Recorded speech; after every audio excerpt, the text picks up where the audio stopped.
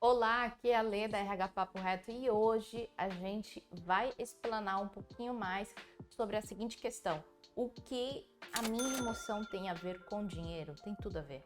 Inclusive, vou iniciar esse vídeo no canal falando a seguinte frase do Jung, que é bastante famoso: até você se tornar consciente, o inconsciente irá dirigir a sua vida e você vai chamá-lo de destino. Quanto mais as pessoas estão inconscientes da forma como elas decidem, mais elas tendem a cair em grandes furadas. Todo o processo de compra, ele é muito mais emocional do que racional. Então, quando você compra alguma coisa, muitas vezes aquela compra significa muito além do que aquele objeto que você está adquirindo. Então, você compra pelo que aquele objeto, aquela coisa significa para você. Então, vou te dar um exemplo. Quando você quer comprar uma casa, não é que é somente a casa em si, o concreto, o tijolo e etc. Mas a gente está falando de uma compra de um sentido, um símbolo, um lugar onde você se sinta seguro, um lugar onde você se sinta que é seu, um lugar que você se sinta acolhido, entende? Então, quando você compra uma casa, tem a ver muito mais com algum aspecto de sonho. É esse sonho que você está comprando. Agora eu vou dar um outro exemplo que não seja a casa. Quando a gente, por exemplo, está com muita raiva ou frustração, é muito comum as pessoas saírem para beber ou para sair para fazer compras e acaba comprando algo que não fazia sentido, não precisava naquele momento. Então a bebida tem a ver com compensar aquele sentimento ruim, digamos, que você teve ali no dia.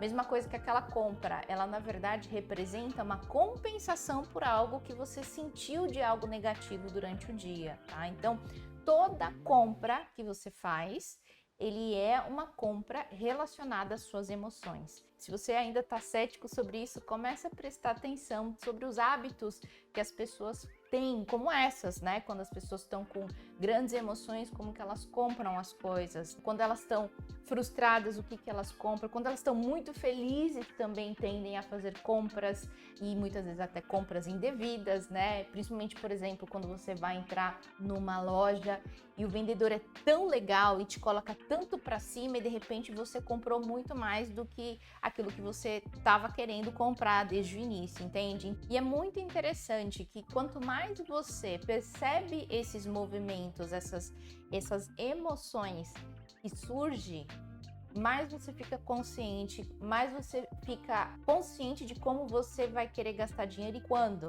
Então, idealmente é que você faça uma compra planejada para que você não caia nessas armadilhas que acontece mesmo, a gente acaba comprando por emoção. O nível de consciência que as pessoas têm em relação às emoções é diretamente relacionado a uma vida plena, a uma vida que a própria pessoa considera como satisfatória.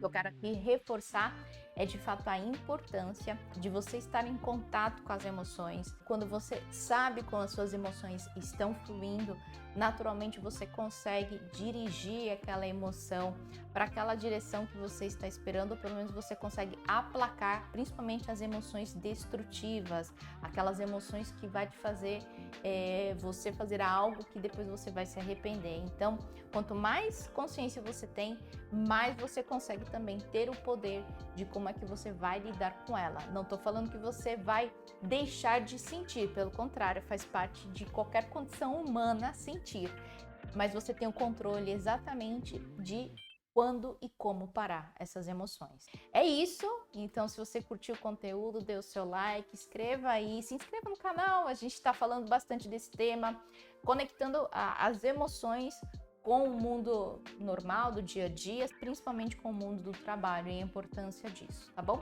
É isso aí, agora sim, fui!